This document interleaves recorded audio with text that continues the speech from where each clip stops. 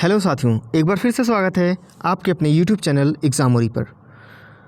Allahabad high court RO में जो एक बड़े पैमाने पे धांधली निकल के सामने आई है वो जग जाहिर हो चुकी है ना।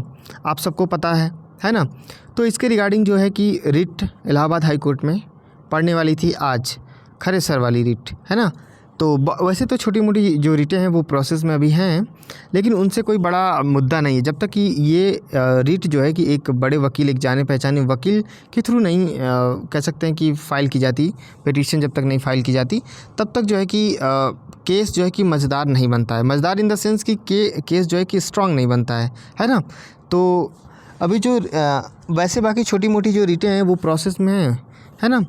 लेकिन जो खरे सर वाली रिट है वो आज दाखिल होने वाली थी, उसकी संभावना थी, बट आज शायद नहीं हो पाई है। तो जैसे ही वो दाखिल होगी रिट कोर्ट में आपको बता दी जाएगी, है ना। तो इसलिए उस चैनल को आप लोग सब्सक्राइब करके चैनल से जुड़ जाइए ताकि आप सबको पता चल जाएगा। साथ ही नोटिफिकेशन बिल को भी आप लोग ऑन कर दीजिए ताकि आपको नोटिफिकेशन वहाँ मिल जाएगा, है ना।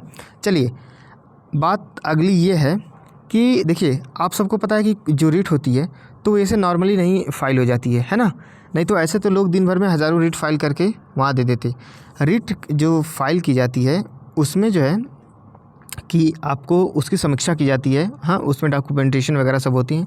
तो जब समीक्षा की जाती है तो जब उस रिट को थोड़ा भी जब थोड़ा सा भी उसमें जेन्युइननेस होती है तभी वो रिट को एक्सेप्ट की जाती है, वरना जो रिट है वो पहले स्तर पे ही रिजेक्ट कर दी जाती है ना। तो ऐसा नहीं है कि आप जो भी चला मुंह उठा के रिट दायर कर दिया तो रिट एक्सेप्ट हो जाती है, ऐसा कुछ नहीं होता भी। उसके लिए थोड़ी सी जेन्युइननेस होनी चाहिए रिट में, है ना।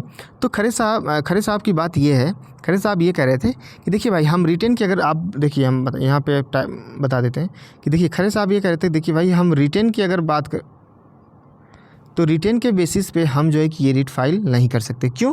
क्योंकि रिटेन में जो धांधली हुई है ये आप और हम जानते हैं, लेकिन साक्ष्य के रूप में इसको प्रस्तुत नहीं किया जा सकता, है ना। साक्ष्य के रूप में इसको प्रस्तुत नहीं किया जा सकता कि एक बच्चा अगर पेट में 6% पाया है तो वो NTA द्वारा जो कंडक्ट आरओ का एग्ज़ाम था, ARO वाले एग्ज़ाम में वो 100% नहीं पा सकता। वो बच्चा अपने बचाव में कह देगा कि मेरा लक इतना बढ़िया था कि मैं जो है कि जब एग्ज़ाम दिया तो मेरे सारे के सारे क्वेश्चन सही हो गए, जो 7-8 क्वेश्चन उससे गलत थे उसको छोड़ के, है ना। तो कह रहा कि अगर आप मुझे दोबारा एग्ज़ाम में कभी भी चाहे 1000 बार, लाख बार भी बैठा देंगे तो मैं उतना अच्छा पेपर नहीं कर पाऊँगा, है ना। अगर आपको मेरे ऊपर डाउट था तो आपने जो है कि उसमें नेगेटिव मार्किंग क्यों नहीं रखी, या फिर आपने रिटेन एग्ज़ाम क्यों नहीं उसका लिया, उससे हमसे नहीं मतलब, मेरा जो स्कोर आया वो आया है।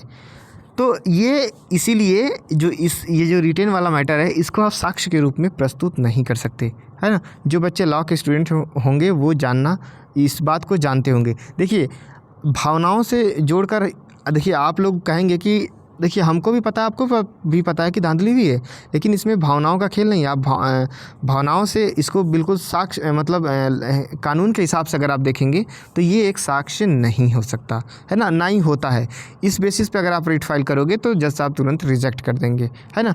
तो इसके रिगार्डिंग जो खरे साहब ने कहा है कि जो आपकी रिट दाखिल हो सकती है वो आपकी टाइपिंग को लेके हो सकती है, क्योंकि टाइपिंग को लेके मतलब NTA ने कोई स्पष्ट जानकारी नहीं दी थी, जिसके चक्कर में जो मतलब बच्चे हैं वो उस चीज़ को समझ नहीं पाए और वो सब अपना जो मतलब जिन बच्चों का अच्छा स्कोर है वो भी यहाँ पे सफल नहीं हो पाए हैं टाइपिंग को लेके, है ना।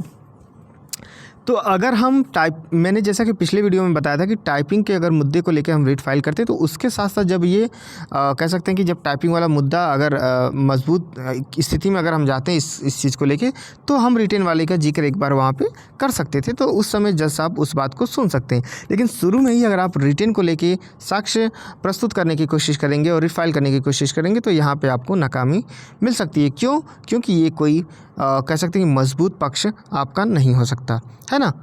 जो लॉ वाले बच्चे होंगे वो सब जानते होंगे इस बात को, है ना। आप और हम जानते हैं ज़मीनी स्तर पे ये बात बिल्कुल सही है कि रिटेन में भी धांधली हुई है ना। चलिए, क्योंकि एक बच्चे का नाम लिखने नहीं आता है ढंग से और वो जो है कि यहाँ पे टॉप करता है।